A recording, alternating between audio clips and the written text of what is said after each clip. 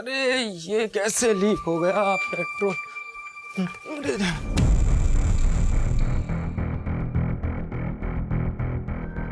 अरे बिट्टू ये पेट्रोल, अरे बिट्टू चॉकलेट नहीं, अरे चॉकलेट बिट्टू रोक। बिट्टू नहीं रुकेगा अंकल, इस चॉकलेट का पैसा पापा के अकाउंट में लिख देना।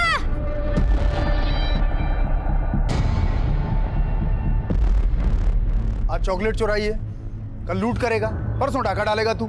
यही सब करने के लिए पैदा हुआ है। अरे क्या बोले जा रहे हैं, बच्चा है, क्यों बात का पतंगड़ बना रहे? चल बिट्टू। रुक, ये बच्चा नहीं है, ये हमारा बाप बन गया है और इसकी जिम्मेदार हो तुम। तुमने इसकी सारी बुरी आदतों पे पर्दा डाल के रखा है। कभी खुद की आदतों को देखा है? अरे क्या बकवास कर रही तुम ये? बच्चे के सामने मुंह मत खुलवाओ मेरा, सब पता है कितने पानी में हो।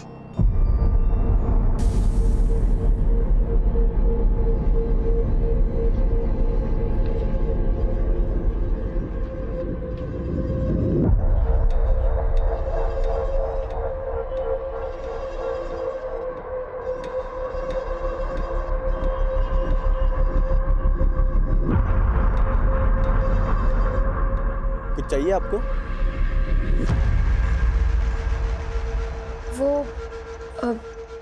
वो मुझे प्रेगनेंसी टेस्ट किट चाहिए। क्या प्रेगनेंसी टेस्ट किट? वो मेरी दीदी के लिए। ओके ठीक है, मैं लाता हूँ।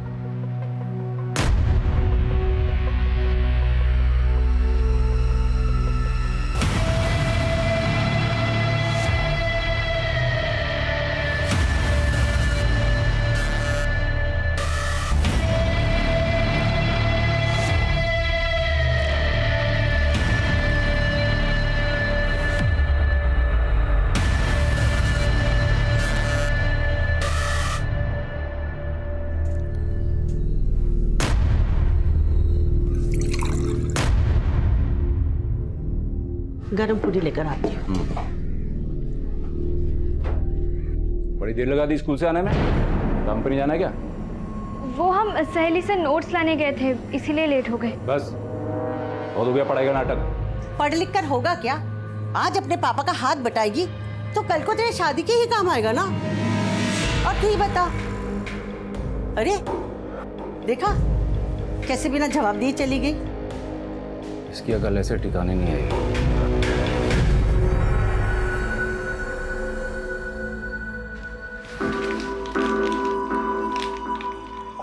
अगर 2 लाइन गाढ़ी हो जाए तो प्रेगनेंसी पॉजिटिव है।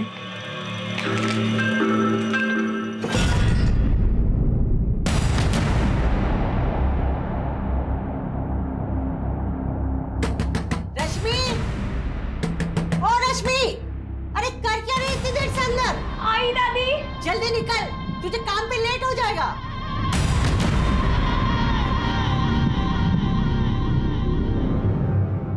बिट्टू, बिट्टू।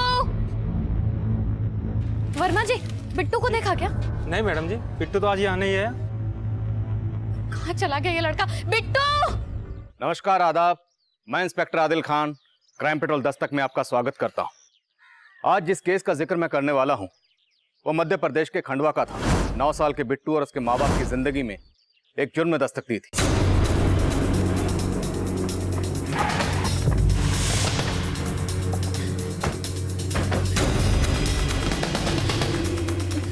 इंस्पेक्टर साहब, मेरा बेटा बिट्टू, मैंने उसको ढूंढने की बहुत कोशिश की, कहीं दिखाई नहीं दे रहा।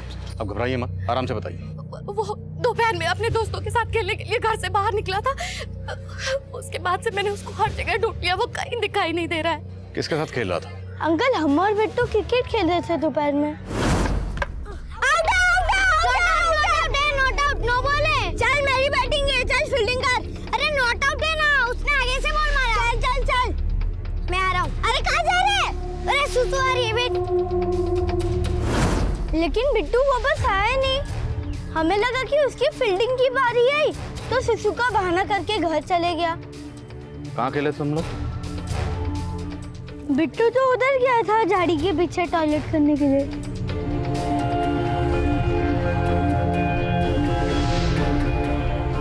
आसपास लोगों से पता करो, शायद किसी ने कुछ देखा हो।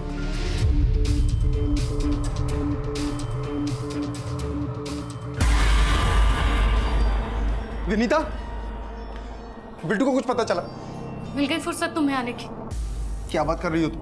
हाँ, तुमने जैसे ही मुझे इन्फॉर्म किया सीधा मैं चला आया हूं। सर, बिट्टू को कुछ पता चला? आप? जयदेव, बिट्टू का पापा। देखिए, मिल जाएगा आपका बच्चा, हम ढूंढ रहे हैं। उसे गायब हुए 7-8 घंटे हो गए। क्या कभी वो इतनी देर घर से बाहर रहा है? नहीं सर। पर क्या आपको किसी पर शक है जो बिट्टू को गायब कर सकता है? वो मोनू जो आज मेरे बच्चे के साथ खेल रहा था इंस्पेक्टर साहब।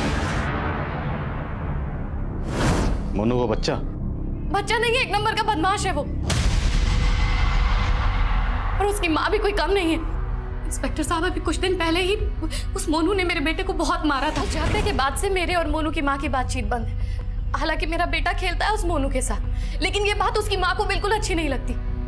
एक नंबर की चालाक औरत है वो। मुझे तो लगता है इंस्पेक्टर साहब उसी ने बच्चों के साथ मिलकर मेरे बिट्टू को गायब किया है। मुझे पता था सर, वो मुझ पर ही शक करेगी। मैं इतनी गई गुजरी नहीं हूँ सर कि इतनी छोटी सी बात पर किसी भी बच्चे के साथ कोई गलत काम करूंगी। बात छोटी जरूर थी, लेकिन इतनी बढ़ गई कि बिट्टू की माँ के साथ आपने हाथापाई की। हाथापाई मैंने? सर, उसने हाथापाई शुरू की। तो खत्म आपने की होगी उसके बेटे को गायब करके। देखिए, अगर कुछ भी छुपा रही हैं तो साफ साफ बता दीजिए। सर, मैं आपसे कह रही हूँ ना, मैं कुछ नहीं छुपा रही हूँ। ये मोनू की माँ देखने से ही चालाक लग रही है सर, पर क्या वो ऐसा करेगी? हो सकता है बिट्टू की माँ का शक सही है। इस लेडी के बारे में पता करो। सर, इन्होंने बिट्टू को ग्राउंड के पीछे वाले रास्ते में किसी आदमी के साथ जाते हुए देखा था। कौन आदमी? साहब, वो आदमी कौन था ये तो नहीं मालूम, पर शायद बिट्टू उसको जानता था, क्योंकि मैंने खुद उसको उसके साथ जाते हुए देखा। दिखता कैसा था वो आदमी? उसका हुलिया याद है? साहब, इतना तो मैंने ध्यान नहीं दिया, पर हाँ, वो ब्लू कलर की शर्ट पहने हुए था। खंडवा से बिट्टू को गायब हुए 10 घंटे गुजर चुके थे और बिट्टू का पता लगाने के लिए हम हर मुमकिन कोशिश कर रहे थे, और तभी हम एक जंगल के पास बिट्टू की लाश मिली। सिंह, ये जंगल वाला एरिया है, अच्छी तरह से पूरे जंगल छान मारो, कुछ भी छूटना नहीं चाहिए। हाँ सर, आइए सर। बिट्टू की लाश है सर। बिट्टू की माँ ने मोनू की माँ पे शक जताया था, पर बिट्टू को तो उस ब्लू शर्ट वाले आदमी के साथ देखा गया था, और उस आदमी के बारे में अभी तक हमें कुछ पता नहीं चला है। हो सकता है इस ब्लू शर्ट वाले का बिट्टू की माँ से कोई कनेक्शन, या इसके पेरेंट्स की बैकग्राउंड में कोई ऐसा हो जिसका ये सब करने के पीछे कोई स्ट्रॉन्ग मोटिव हो। बिट्टू के पेरेंट्स को इन्फॉर्म करो और बॉडी को पोस्टमार्टम के लिए भेज दो।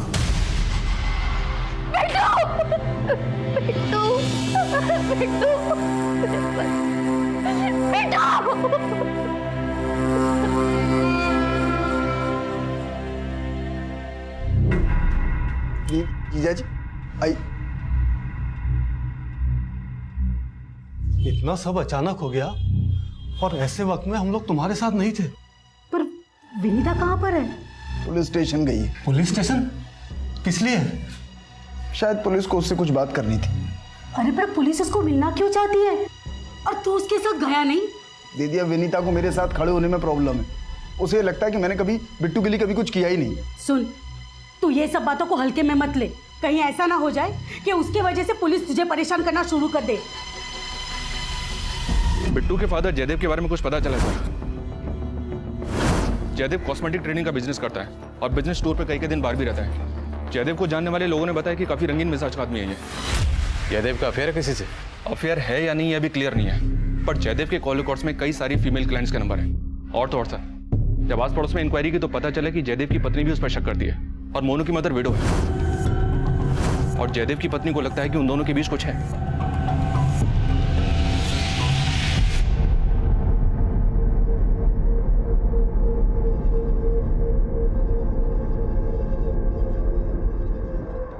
श्वेता, श्वेता यार, मैं ऑफिस के लिए लेट हो रहा हूँ। बस 2 मिनट। हाँ, मैं जा रहा हूँ।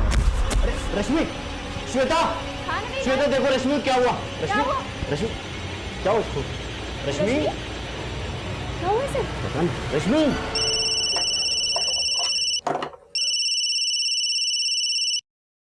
हेलो।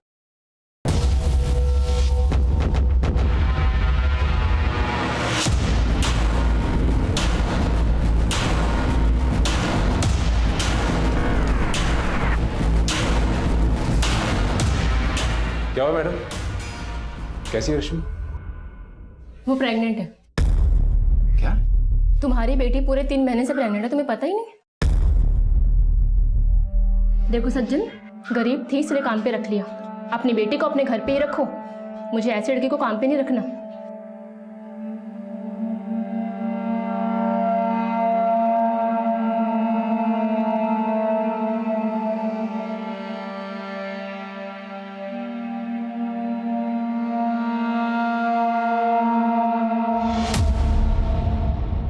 विनीता जी, दोषी कोई भी हो, इंसाफ होगा। लेकिन इतना पक्का है कि बिट्टू किसी ब्लू शर्ट वाले आदमी के साथ गया, और ये जो भी था बिट्टू उसे अच्छी तरह से जानता था, क्योंकि बिट्टू अपनी मर्जी से उसके साथ गया। अब ये आदमी कौन हो सकता है? सोच के बताइए, कभी कोई ऐसा हादसा हुआ हो आपके साथ, आपके पति के साथ, किसी रिश्तेदार के साथ या बिट्टू के साथ? इंस्पेक्टर साहब, कोई हादसा जैसा तो कुछ हुआ नहीं, लेकिन अभी कुछ ही दिन पहले बिट्टू जब घर आया था उसके हाथ में बहुत सारी चॉकलेट्स थी। बिट्टू बिट्टू कहाँ गया था और इतनी सारी चॉकलेट कहाँ से लाया? अरे मम्मी, वो अंकल ने दिए। कौन से अंकल? अरे वो पापा के दोस्त थे ना, उन्होंने दिए।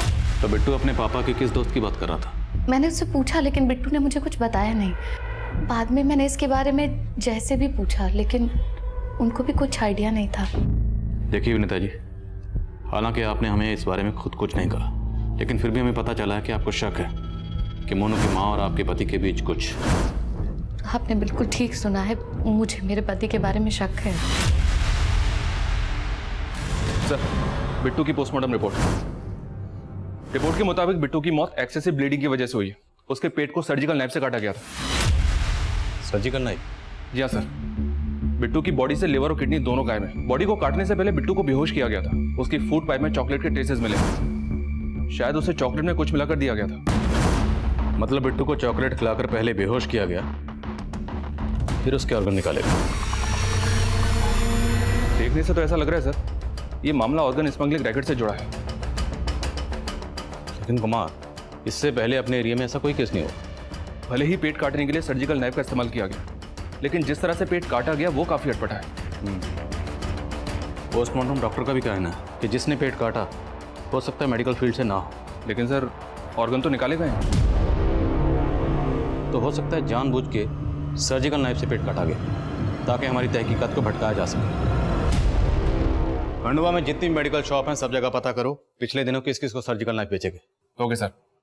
एक अजीब बात पता चली है सर, बिट्टू की एक बुआ है सिमरन। बिट्टू के गायब होने के ठीक एक दिन पहले सिमरन और उसका पति तीर्थ पे उज्जैन चले गए थे। तीर्थ? जी हाँ सर। पता चला है कि उनका कोई बच्चा नहीं है, और उसी के लिए वो दोनों यहाँ वहाँ पीर फकीर से मिलते रहते हैं। तो तुम्हें लग रहा है कि बिट्टू की मौत के पीछे ऑर्गन स्मगलिंग नहीं, कोई तंत्र मंत्र का चक्कर? अभी तक कुछ क्लियर नहीं है सर। अगर हम तहकीकात करेंगे तो शायद कुछ निकल आए। ठीक, सिमरन और उसका पति दोनों की डिटेल निकालो। Okay sir.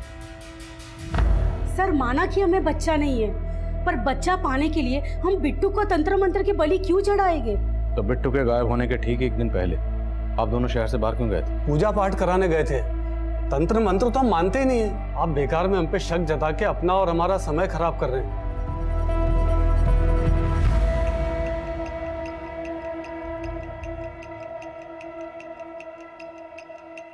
डॉक्टर साहब, उसका अबॉर्शन हो जाएगा ना? देखो, उसकी प्रेगनेंसी को 3 महीने से ऊपर हो गया है, और इतनी कम उम्र में अबॉर्शन करवाना कितना रिस्की हो सकता है, पता है तुम्हें?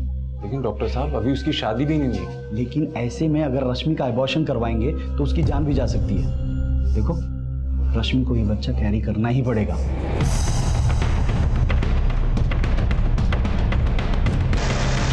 रश्मि इस केस का वो चेहरा थी जो उस वक्त हमारी नजर में नहीं आया था, लेकिन रश्मि का इस केस से एक चौंका देने वाला कनेक्शन था, जिसके तार बिट्टू के मर्डर से भी जुड़े थे।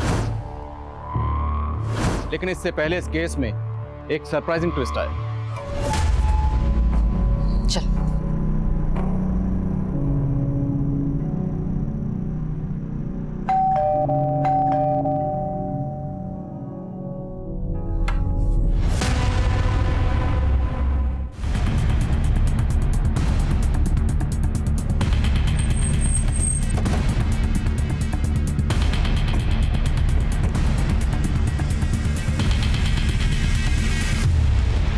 तो आपने देखा था बिट्टू किसी अंकल के साथ गया था? हाँ। कौन अंकल? फिल्म वाले अंकल। फिल्म वाले अंकल? हाँ अंकल, लेकिन मैं उनको नहीं जानता। उस दिन जब बिट्टू टॉयलेट करने गया था फिर वापस नहीं आया, तो मैं उसे देखने गया, वो फिल्म वाले अंकल के साथ जा रहा था। अरे बिट्टू कहाँ जा रहा है? खेलना नहीं है? अरे नहीं मोनू, मैं इन फिल्म वाले अंकल के साथ जा रहा हूँ। वो फिल्म वाले अंकल दिखते कैसे थे? पहना क्या था उन्होंने? ब्लू शर्ट पहना था। और कुछ याद है? नहीं सर, लग तो ऐसे रहे कि मोनू की माँ कहानी बना रही है, क्योंकि सबको पता है कि हम उस ब्लू शर्ट वाले आदमी को ढूंढ रहे हैं। शायद हमें भटकाने के लिए उस ब्लू शर्ट वाले आदमी को अब फिल्मी अंकल का नाम दिया गया है। मुझे लगता नहीं है सर ये फिल्म वाला कोई अंकल होगा। पर ब्लू शर्ट वाला तो है ना, जो उस दिन बिट्टू को अपने साथ ले गया। बिट्टू के दोस्तों से एक बार फिर से पूछताछ करो, वो इस फिल्मी अंकल के बारे में क्या बोलते हैं।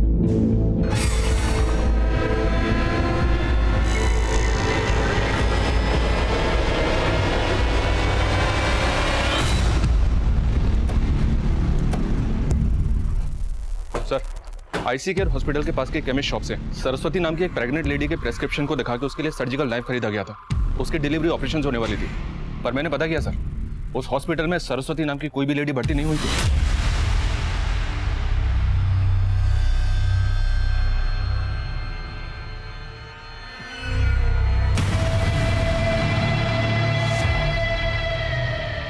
आंटी आंटी आंटी, ये रश्मि और उसके घर वाले अचानक कहाँ चले गए?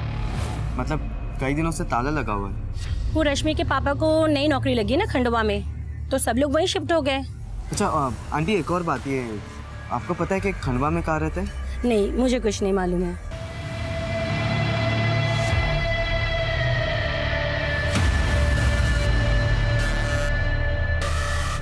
4 से 5 महीने का पेट हो गया तेरा।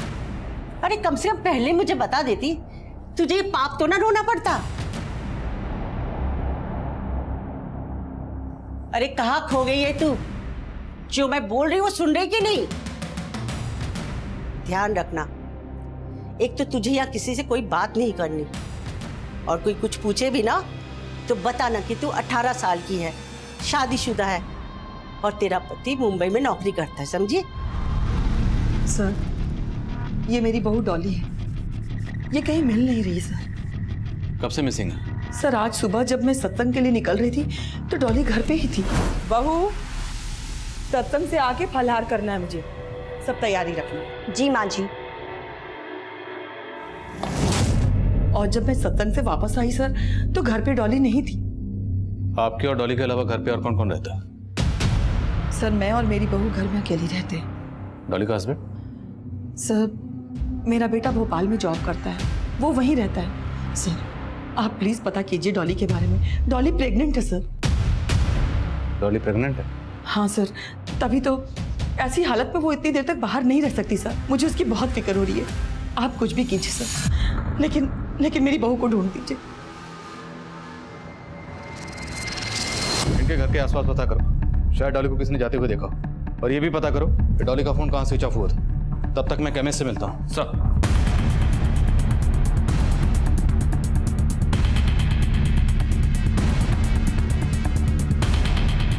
सर, मैंने डॉली को दोपहर में घर से बाहर जाते हुए देखा था। डॉली कैसी है? मैं बिल्कुल ठीक हूँ, आप कैसी हैं? ठीक हो। मैं कैसे वापस कब आई? अभी 2 ही दिन हो गए। आपने बताया डॉली 2 दिन पहले अपने मायके से आई थी, उसका कोई इशू था क्या अपने ससुराल वालों से? जी सर, डॉली का अपने पति और अपने सास के साथ में बहुत झगड़ा होता था। पिछले 6 महीने से डॉली अपने मायके रहती थी। हाँ माँ, पुलिस ने क्या बोला? बोलना क्या था, कंप्लेंट लिख ली है, लेकिन ये बता कि तू कब आ रहा है? पुलिस का तो तुझे पता है ना, सब पता कर लेगी कि हमारा उसके साथ झगड़ा था। मुझे तो डर लगने लगा कहीं उल्टे सीधे सवाल करना शुरू कर दिया तो।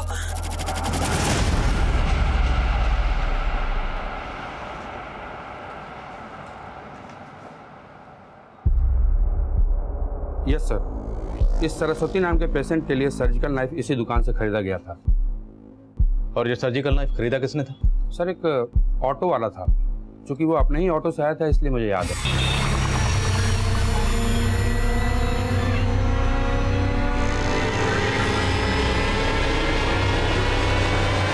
ये दे दो। ये क्या लिखा है? कुछ समझ में नहीं आ रहा है, साफ साफ नहीं लिखा है डॉक्टर ने। देखो, मेरे भी पेट से है, समझे ना।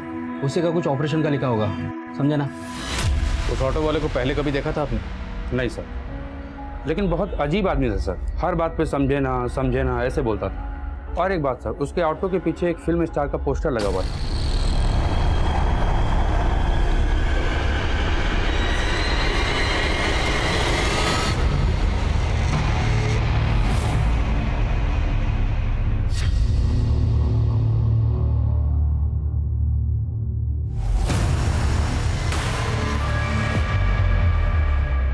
अरे अब भी किताब लेके बैठी है?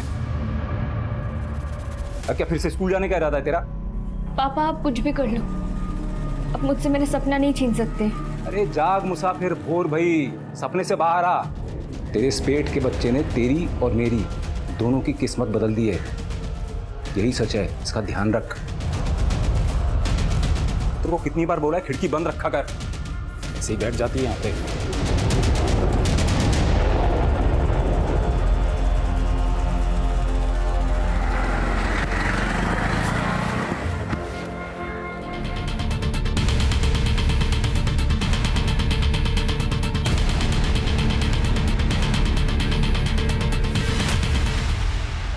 तो रहा नहीं, अब तो मुझे भी छोड़ दोगे और उसके बाद उस औरत के साथ। अरे चुप हो जाओ विनीता, जो मर्जी कुछ भी बोल रही हो तुम। चिल्लाकर अपनी गलती छुपाने की कोशिश मत करो। मुझे अच्छे से पता है कि तुम्हारा मोनू की माँ के साथ या बाकी औरतों के साथ क्या है। घृणा आती है मुझे तुमसे, धोखा दिया है तुमने मुझे।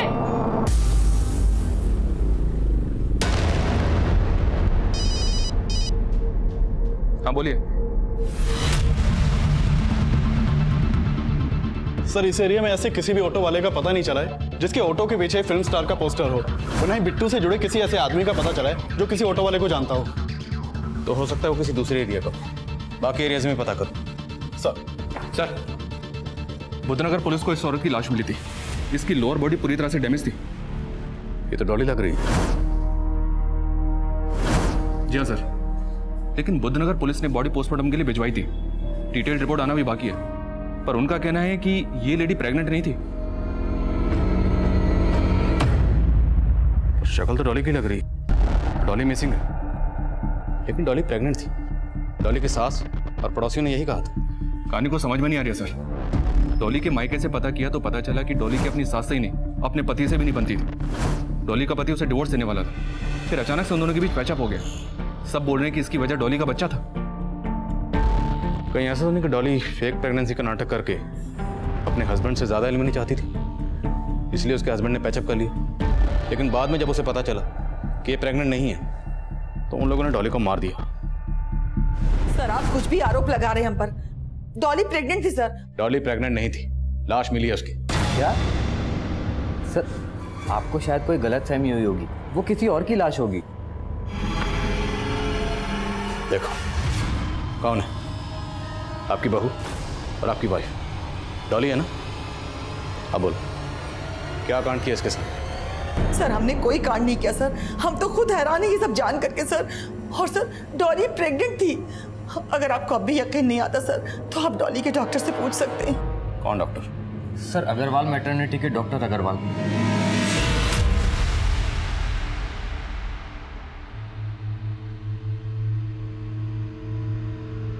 अरे रश्मि पानी देना। अरे कब आए तू? बस अभी आया। रश्मि पानी दो। अरे सो रही होगी अंदर। अरे ऐसे कैसे सो रही है? आंखों से सो रही, कानों से तो सुन रही होगी। रश्मि मैं लेके आती। नहीं मैं जाता। रश्मि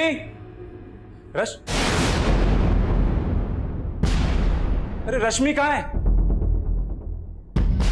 सर ये डॉक्टर अग्रवाल वही डॉक्टर है जिस पर पहले भी बच्चे एक्सचेंज करने का आरोप लग चुके हैं। अब ये डॉक्टर अग्रवाल ही हमें सुनाएगा डॉली की प्रेगनेंसी की असली कहानी। चलो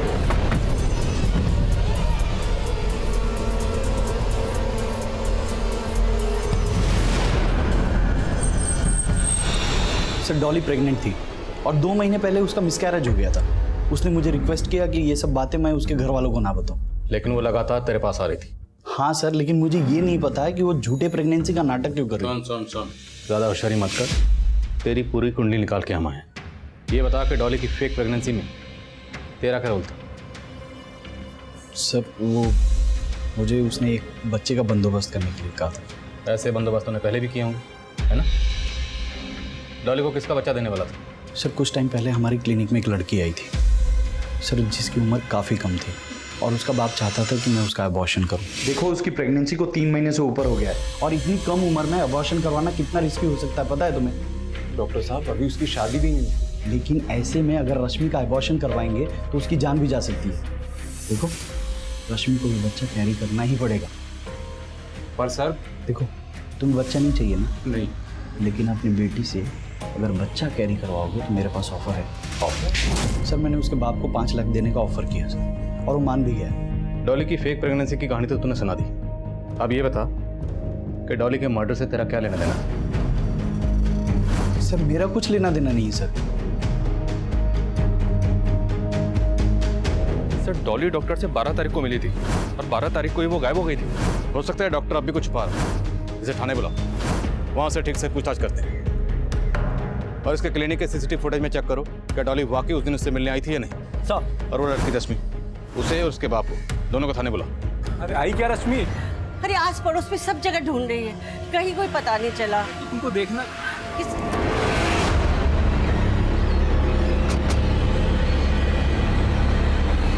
सज्जन जी।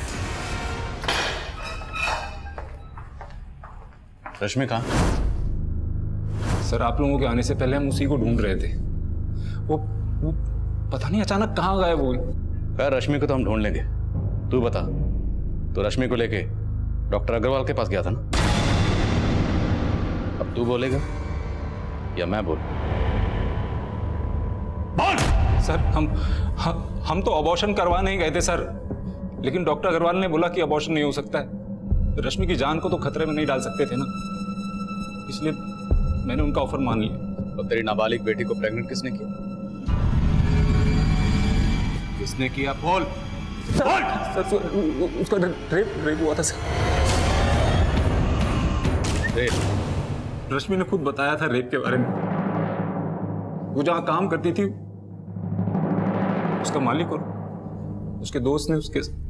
यार राहुल तूने अच्छा किया तो घर पे आ गया। जब श्वेता नहीं होती ना दारू पीने का मजा ही अलग होता है। चीयर्स। सोचा था कि यहाँ अबॉर्शन करवा देंगे, किसी को पता नहीं चलेगा, फिर वापस चले जाएंगे। लेकिन रश्मि पता नहीं कहाँ चली गई। इतना सब कुछ हुआ, लेकिन तूने एक बार भी जरूरी नहीं समझा कि पुलिस में कंप्लेंट लिखवा। क्यों? तो जो उस डॉक्टर की तरह रेपिस्ट ने भी ऑफर किया था ना पैसे, ताकि तेरा मुंह बंद रहे। जिन लोगों ने तेरी बेटी का रेप किया उनकी डिटेल बता। रश्मि का रेप करने वाले मुजरिमों को हमने गिरफ्तार कर लिया। उनके बयान से यह साफ हो गया कि उनकी कंप्लेंट ना लिखवाने के लिए उन्होंने रश्मि के पिता को पैसे दिए थे। पैसे के लालच में रश्मि के पिता और डॉक्टर अग्रवाल ये रश्मि के सामूहिक शोषण के जिम्मेदार थे। और डॉली, वो किसके जुर्म का शिकार हुई थी, ये भी काफी होश उड़ाने वाला था। सर 12 तारीख को जिस दिन डॉली गायब हुई थी उसने डॉक्टर अग्रवाल के क्लिनिक के पास से एक ऑटो पकड़ा था। सर ये उसकी सीसीटीवी फुटेज है।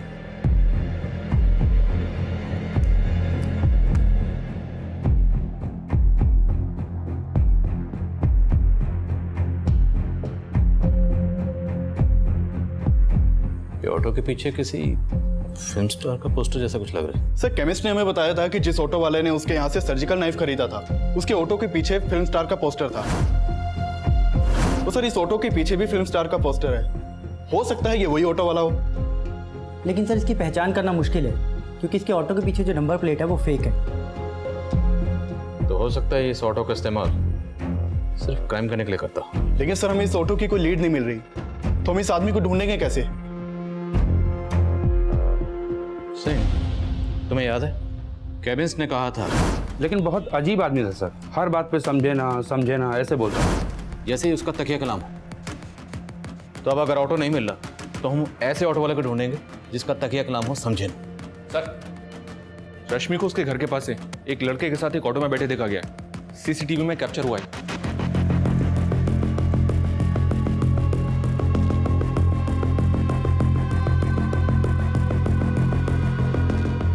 तो वही ऑटो है जो डॉक्टर अग्रवाल के क्लिनिक के बाहर। इसी ऑटो में आखिरी बार डॉली को देखा गया और वो गायब हो गए। अब इस ऑटो में रश्मि और उसके बाद रश्मि का है। रश्मि के साथ ये लड़का कौन है?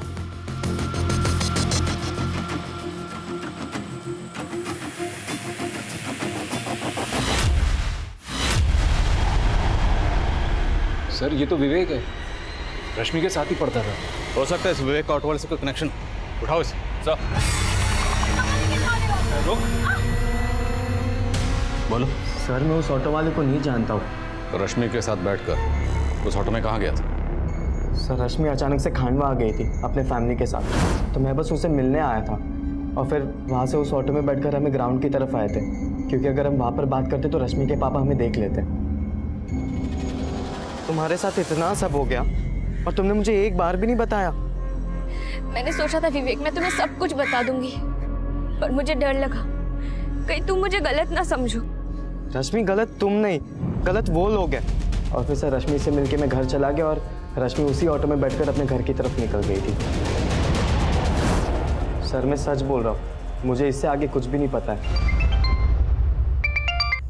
हेलो सर, कुछ महीने पहले तक यहाँ खांडवा में एक आदमी ऑटो चलाता था सर, जो बिल्कुल इसी तरह समझे ना करके बात करता था सर। उसके ऑटो के पीछे भी फिल्म स्टार का पोस्टर लगा हुआ था। क्या नाम है उसका? सर मुन्ना। सर यहाँ पास के दीपला गांव का रहने वाला है।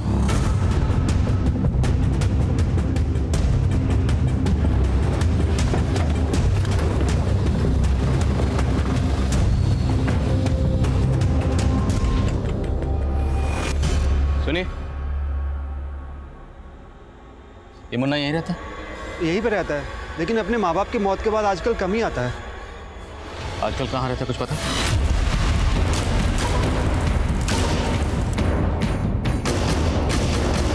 उसके शरीर के पुर्जे भी निकालने थे, समझे ना, इसीलिए मैंने सर्जिकल नाइफ खरीदा।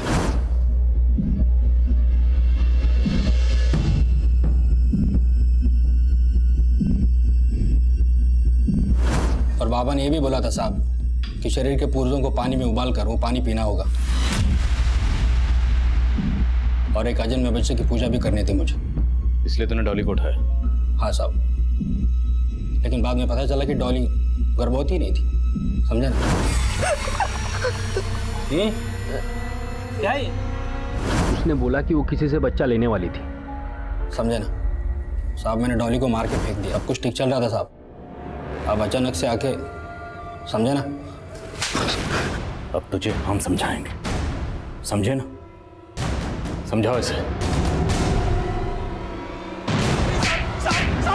वो मुजरिम इतना सिरफिरा था कि उसने वाकई सर्जिकल नाइफ से रश्मि की कोख से उसके अजन्मे बच्चे को निकालने की तैयारी कर रखी थी। वो तो गनीमत थी कि हम वक्त रहते वहां पहुंच गए और रश्मि और उसके बच्चे को बचा लिया। मुन्ना ने जिस मकसद से इन जुर्मों को अंजाम दिया, ये अंधविश्वास का वो पागलपन था जो ताउम्र मुझे याद रहेगा। हमने जल्दी बंगाल से उसके उस्ताद, उस तांत्रिक बाबा को भी गिरफ्तार कर लिया, लेकिन सवाल ये था कि एक सरफिरा मुजरिम मुन्ना, जिसका बिट्टू, डॉली और रश्मि से दूर दूर तक कोई ताल्लुक नहीं था, आखिर उसने इन तीनों को ही अपना टारगेट क्यों बनाया? बिट्टू जब किसी अनजान आदमी से चॉकलेट लेकर घर पहुंचा तो एक जुर्म में दस्तक दी थी। बिट्टू की मां ने अगर उस वक्त ये जानने की कोशिश की होती कि ये चॉकलेट देने वाला कौन था, तो शायद बिट्टू मुन्ना के इस जुर्म से बच सकता था। लेकिन बिट्टू की मां ने जुर्म की इस दस्तक को नजरअंदाज कर दिया। फेक प्रेगनेंसी का नाटक करके डॉली ने खुद ही अपनी जिंदगी में जुर्म को न्योता दिया था। लेकिन मजबूर रश्मि की परेशानी को अगर उसके पिता ने पॉजिटिवली लिया होता तो शायद इतनी छोटी सी उम्र में रश्मि को इतनी बड़ी मुसीबतों का शिकार ना होना पड़ता। अब मैं आदिल खान आपसे इजाजत लेता हूं। आपसे फिर मुलाकात होगी एक नए केस के साथ। तब तक देखते रहिए क्राइम पेट्रोल दस्तक। मकसद बताना नहीं, बचाना है। सर, कमिश्नर साहब ने एक नए केस की फाइल भेजी।